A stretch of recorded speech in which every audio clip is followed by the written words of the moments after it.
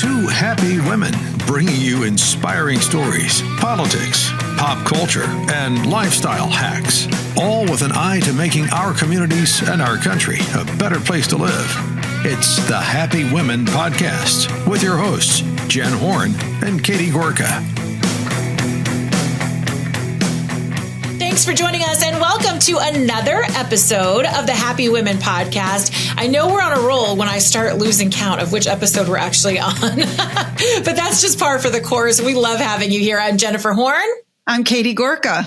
And, we are happy women today, but even happy women have to take a moment to kind of talk about the gravity of some of the things that are happening around us. Katie, you and I have not had a chance to talk since the Trump verdict was released last week in Manhattan court. Judge Merchan, who is a conflicted judge, obviously huge conflict of interest with him, and a jury of 12 convicted President Trump on 34 counts for a crime that most of us can't even figure out. I mean, obviously it's a classification of an accounting error. I mean, it's so ridiculous, but I can't say that I was surprised. You know, we've been working together and friends long enough. I am an optimist through and through, but I did not have any high anticipations or hopes that this jury was going to come back in favor of President Trump because they viewed everything, the evidence, the lawyers, the defendant, the president, all through the eyes of this judge whose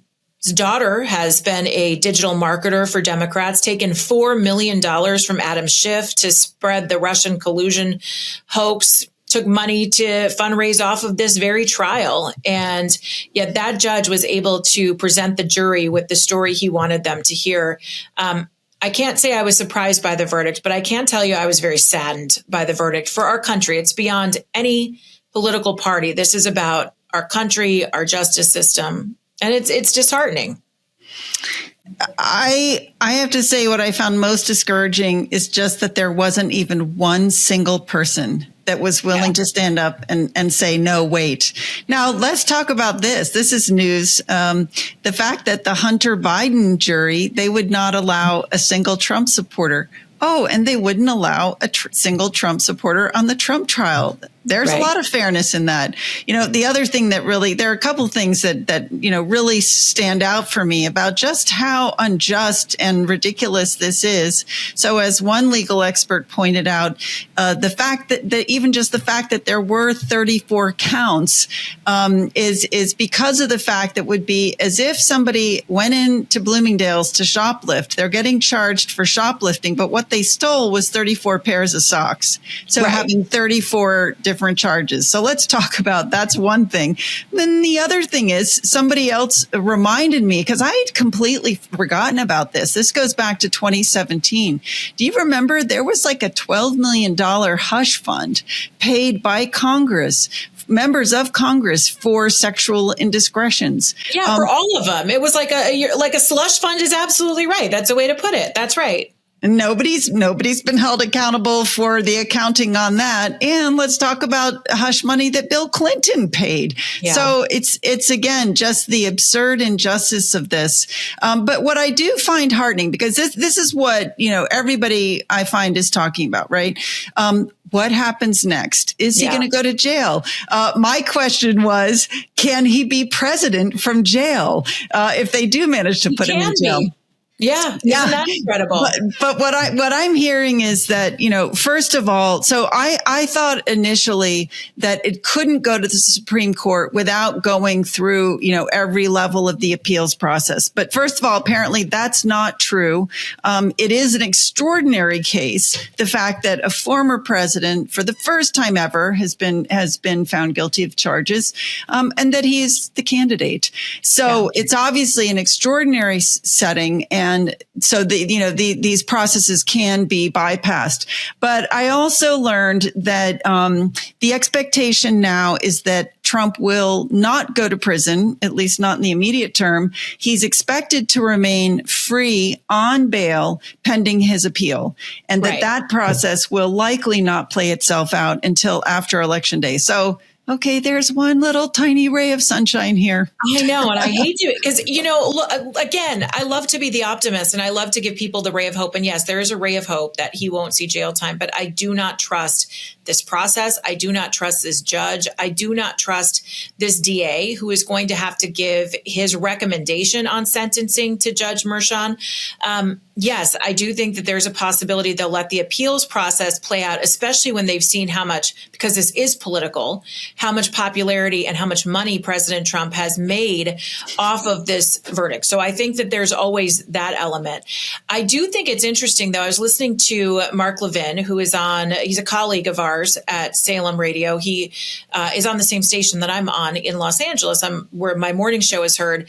And he has really been talking about the way you get it to the Supreme Court the fastest is by challenging the due process issues that have taken place, because otherwise you can really get kind of pushed. We know that the appeals trial will be in front of a group of liberals again. I mean, it's just, it may not be exactly what we want. I just want conservatives, and particularly conservative women, because I really believe that the left is trying to intimidate all of us into not supporting President Trump. They love to shame you. They love to call you names. I want us to be ready for the idea that President Trump could, God forbid, end up in jail or end up on house arrest or with an ankle bracelet or some kind of monitoring so that they can try to hold him back from the campaign trail. And when that happens, I really want us to be ready for that. I don't want it to scare people away. I want us to be resolute in our fight to defend this person who has put everything on the line to be persecuted in an effort to try to make our country better.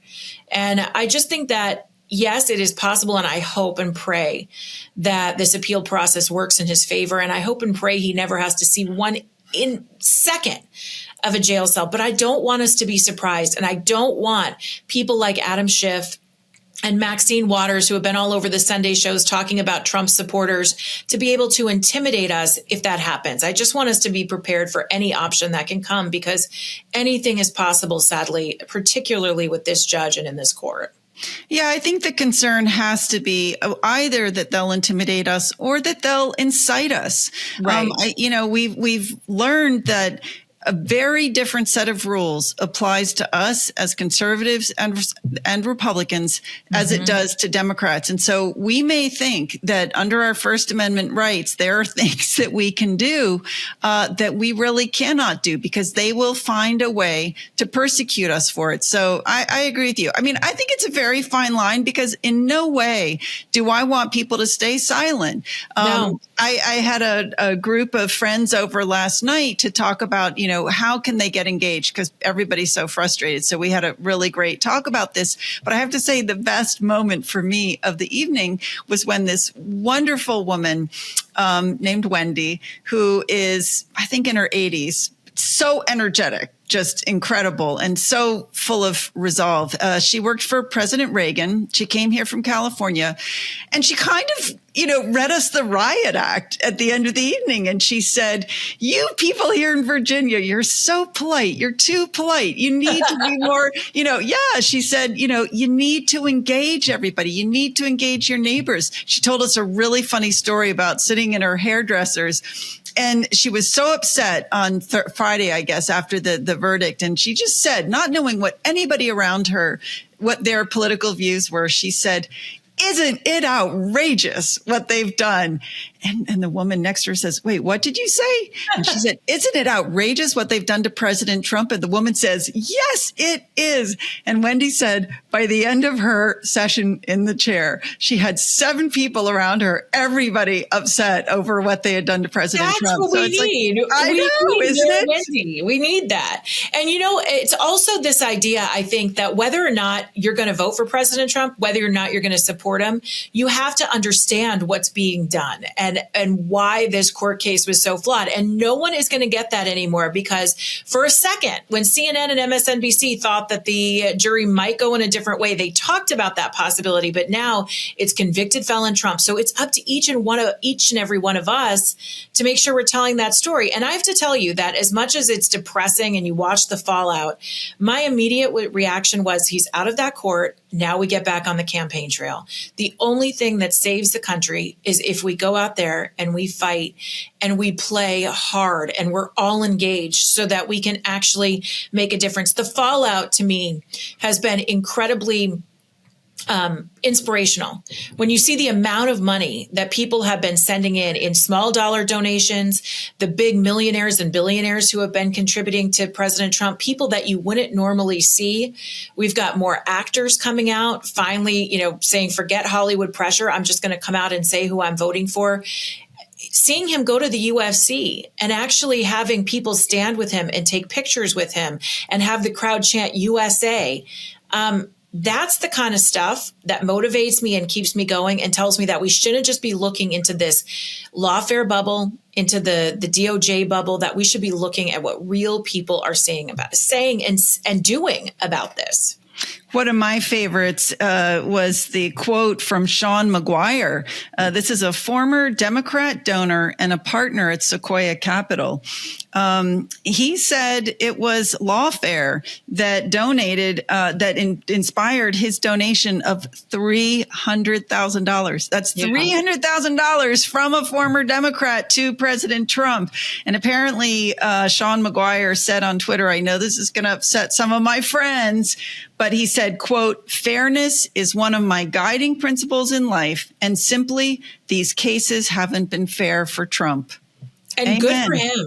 Yep. And, he's not the only one. This week, actually, I'm in California. I'm in Los Angeles. And this week, I think starting on Thursday, President Trump is going to be in California fundraising. And he's going to Silicon Valley. He's going to talk to some of the big billionaires that have typically not been supportive of Republican candidates in the past. And a lot of the credit goes to J.D. Vance, who's on the short list of vice presidential candidates for Trump, of course. But there's just an outpouring. I'm going to tell you that over the next few days in California, you're going to see more Trump flags. You're going to see more of that, even in very deep blue California, because people they know what's going on. And it's curious to me, the people on our side of the aisle that speak out against what's happening against President Trump. Larry Hogan's a great example of that.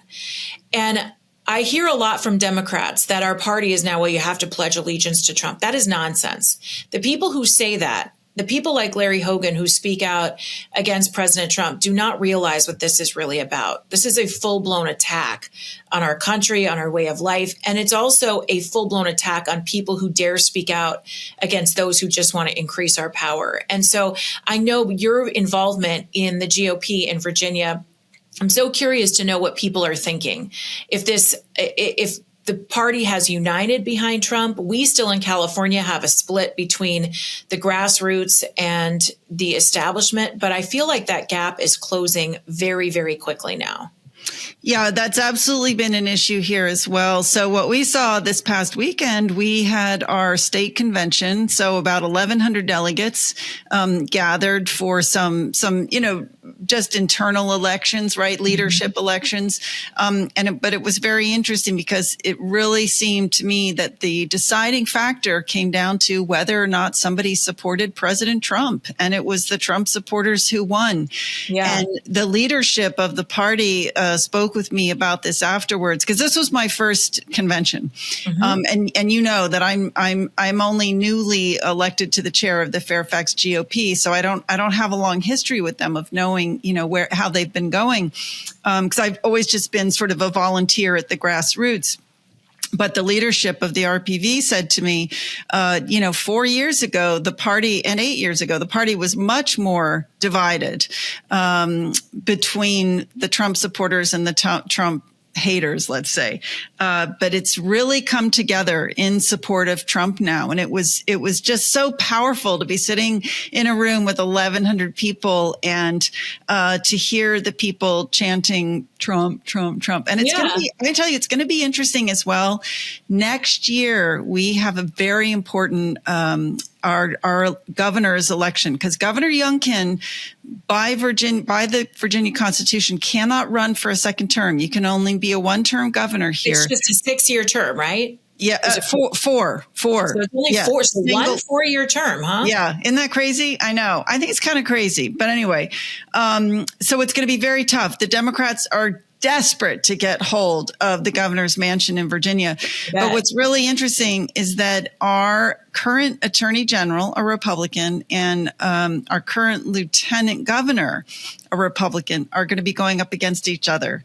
Mm-hmm. One is a known Trump supporter. One is a Trump detractor. So it is. I think. Okay, so explain, because Winsome Sears is your lieutenant governor, and she has come out. She's a little more friendly to Trump before, not anymore.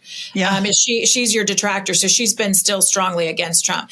The attorney general, and I'm totally blanking on his name, has an intriguing story, though, doesn't he as well? Jason Mayaris. That's right. Mm-hmm. Yeah. But what do you mean by intriguing story in terms of his support for Trump? Yeah, well, just his rise to become the attorney general in Virginia. I thought I remembered he had an interesting background story. Yeah, actually, I don't know that much about his background. I think his family is Cuban, if I'm not mistaken. You're your guest on Happy Women, maybe. Oh, we got to. And it, it's really tough because I like Winsome a lot. I like Winsome Sears. I think she's been great. I think she's a dynamic speaker. I don't understand her lack of support for Trump. And he was, I've heard he was very helpful to her actually getting elected. Mm-hmm. So then why would you go and turn? And I just think sometimes you get, either the consultant class or some of the elites, particularly, who kind of been pouring the poison in her ear. And, that's tell you is steer clear. And we get that all the time in California. Right now we have an interesting Senate race that people have paid attention to across the country. We have a top two system. So you will most times get two Democrats that advance onto the general. We have Adam Schiff, who's my congressman. So I'm happy to lose him there, but I do not want to gain him as a senator.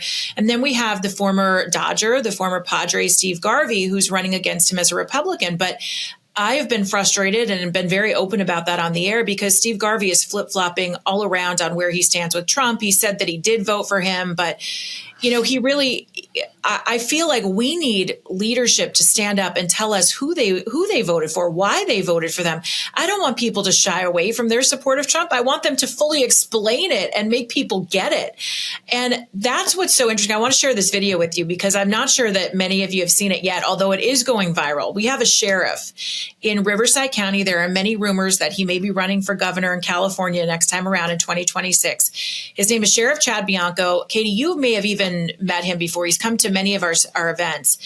He's fabulous. He's one of the sheriffs that's doing a good job in California, trying to fight crime despite California's elected officials. And he did a video after the Trump felony charges were revealed and after the decision was made that has really started to catch on. This is what I need our candidates to do. You tell me if you agree. This is Sheriff Chad Bianco. I'm getting tired. And I'm wondering if I'm having a change of heart and deciding that, maybe I've been wrong. And I think I'm going to change teams. I know it's going to make some of you angry. I know that you're going to be mad at me, but I'm going to change teams. I think they're onto something, but I don't think they're doing enough. I think that we need to go big. You know me, go big or go home. You're the biggest, you do the best, you're the best at everything, and you might as well do something right if you're going to do it. And I'm all in. And I hope that you're all with me. I hope that you all have this change of heart. You all feel that this is definitely the right thing to do, and you come alongside me in this venture. And I think it's time that instead of letting them out of jail and giving them alcohol and drugs and everything else, I think it's time we put a felon in the White House. Trump 2024, baby. Oh my gosh, I love it. Just to give you a little run up to that, to what he did there, because the video was a little bit longer. We can't share the whole thing with you, but you can check it out. It is all over social media now. I've retweeted it as well at Jennifer Horn on X. So Sheriff Bianco has been one of the loudest voices in California to overturn Prop 47. Prop 47 made it easier. And by the way, written by George Gascon in LA and also Kamala Harris, who now sits herself in the vice president's office. And it was called the Safe Neighborhoods and Schools Act. And it's done anything but. What it's done is basically reclassified all the felony crimes as misdemeanors. It makes it incredibly difficult to charge anybody, no special circumstances. I mean, things as ridiculous as even date rape is a misdemeanor. Like, what happened to protecting the women? How many times do we have conversations like that? So there is an effort to make changes to that proposition. And Chad Bianco has been on it for the last year, saying we've got to be tougher on crime. We can't expect law enforcement to go out there and arrest people and put their lives at risk if we're not actually going to be able to prosecute them. We need to be better because California has really turned into a cesspool when it comes to crime and the soft on crime policies. So that's why he comes to this and says, I've been thinking maybe I got this all wrong. Maybe we just need to let the felons run everywhere and let's put them in the White House. And I asked him why he did that. And he said that he was just so disheartened by fighting this fight every single day. And then to see Gavin Newsom come out and say that President Trump is not worthy of sitting in the president's office, in the Oval Office. Gavin Newsom says he's not fit for office because he's a felon. And Chad Bianco said this just infuriated me because for years I've been asking Gavin Newsom to take crime seriously. And now this is the chance when you have someone who's been convicted on a sham trial where he's going to actually start taking crime seriously. It's insulting. And so Chad said, I just felt pulled and I did it. He said, I didn't expect it to get as crazy as it did, but people have been talking about it.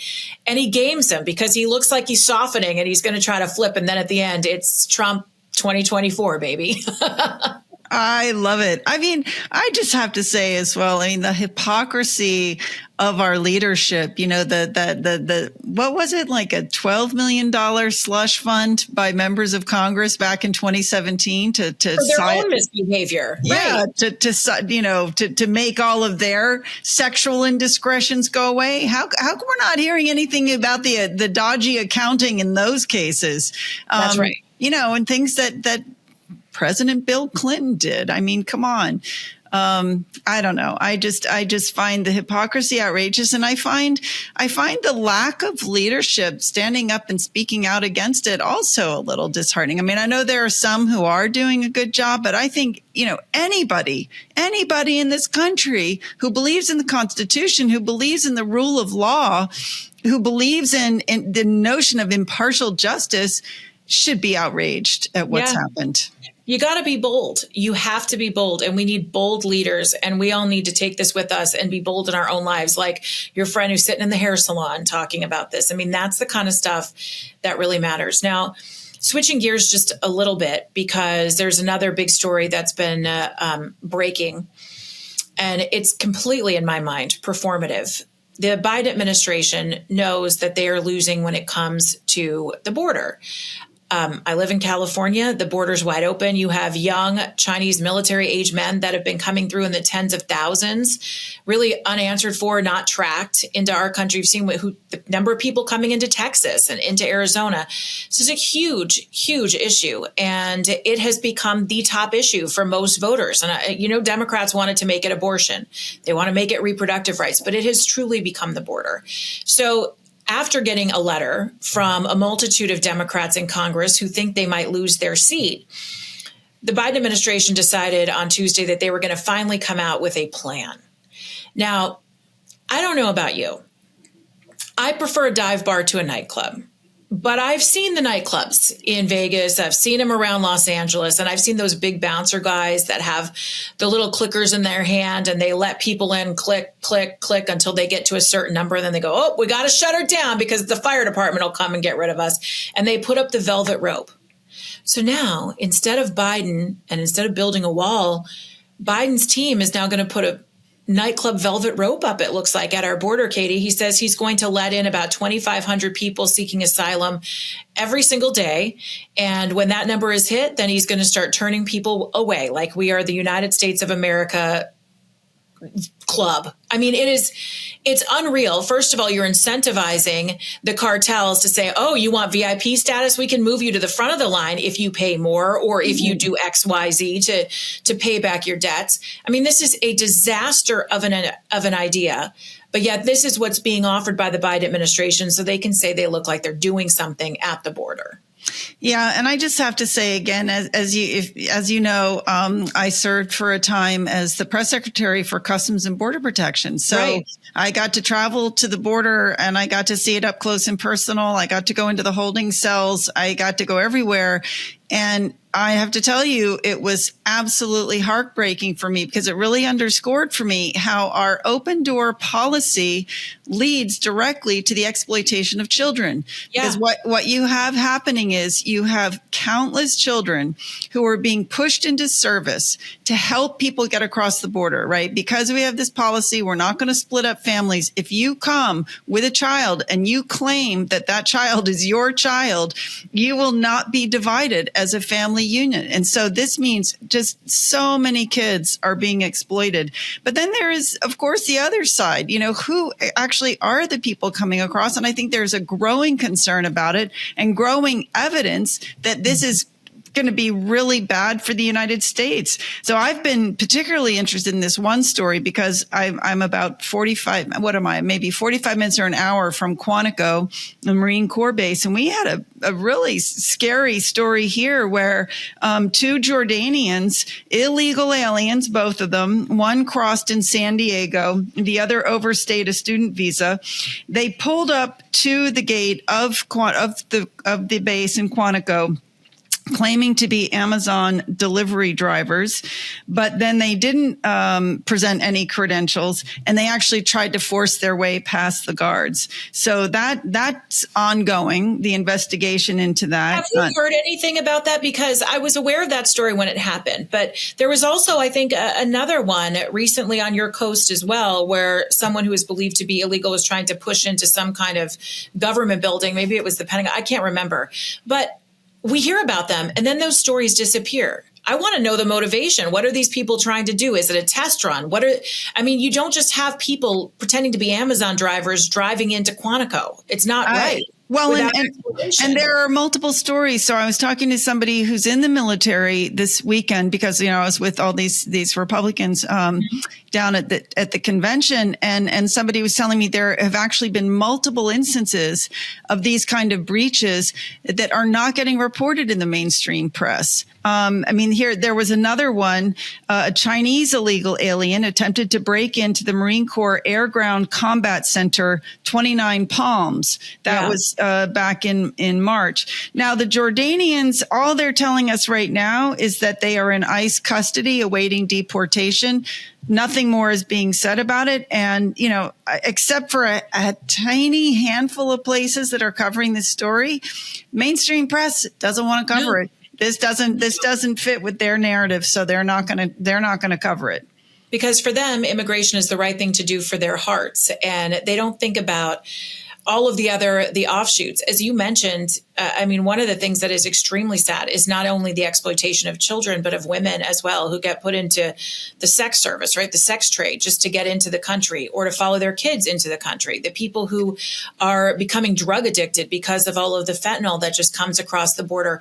And all of these rules that Biden is going to put into place through his executive order, it's simply going to bolster the power of the cartels. And we have to remember that the people that he's going to be counting and limiting to 2,500, the people that are actually coming in through regular ports of entry, you're still going to have everybody else climbing in, crawling in, walking in. It is absolutely ridiculous. It does not solve the problem. And it makes me think that this is the top reason. I know we can talk about a million reasons why Joe Biden could be impeached, but he has not kept our country safe. He is not protecting us against our enemies. And these stories magnify that every time we hear them, which is why they disappear in the news media very quickly. I want to mention just one other aspect of the border issue, because this is also news. Today on Tuesday, June 4th, there's actually been a hearing going on while we're speaking on the consequences of Biden's border chaos for K through 12 schools. And this has actually come up as a big issue here in Fairfax County as well. So this story here in Fairfax, first of all, a big story a few weeks ago that our Board of Supervisors, 9 of the 10 are Democrats, voted on a effective 6% property tax increase. And a big part of it is because of the schools, and they needed to give a raise to the teachers. I think they wanted 6%. raise for the teachers, which, personally, I don't think it's unreasonable given how terrible inflation. We had 8% inflation in 2023. So think about it, that 6% would just barely keep them above water, right? But what we're finding is, in fact, they're only going to get a 3% raise. And one of the reasons is more money is having to be shifted into English as a second language teaching. Wow. The numbers are so up. Fairfax County is a sanctuary county. So we've had big numbers of illegals coming into Fairfax. They're coming into our schools. It's happening across the country. They're coming into our schools. And again, do you ever hear anybody talk about this? I sure don't. So I'm grateful for our Republican majority Congress that at least they're doing a hearing and bringing a little bit more attention to the story. Yeah, this is what we need. We need more daylight to kind of cleanse the problem, because it is so multifaceted. It's not just about where the people go, or Mayor Eric Adams from New York sitting there complaining about what he's going to do with all of these people. It's about the schools. It's about the healthcare system. It's about being able to help people and not just importing more of a homeless crisis. I mean, there's so many different elements to the immigration story, but no real intent to fix the problem from the Biden administration. On that note, however, it is always nice to sit here with you. And this is always where we celebrate the good news. And that is that we are bringing these stories to light. We want you to share these stories with your friends. Share this podcast if you can. We love having you here. We love doing this together, and we hope you're enjoying it as well. Leave a 5-star review for us. Share, of course, with your friends on social media, and subscribe to Happy Women. You can find out more information, SalemPodcastNetwork.com. Get Katie's book. It's called Next Gen Marxism. And you can also find her at katiegorka.org. You can find me on Facebook and on Instagram at Jennifer Horn Radio, and on Truth and X at Jennifer Horn. And we thank you so much for joining us on another episode of the Happy Women Podcast.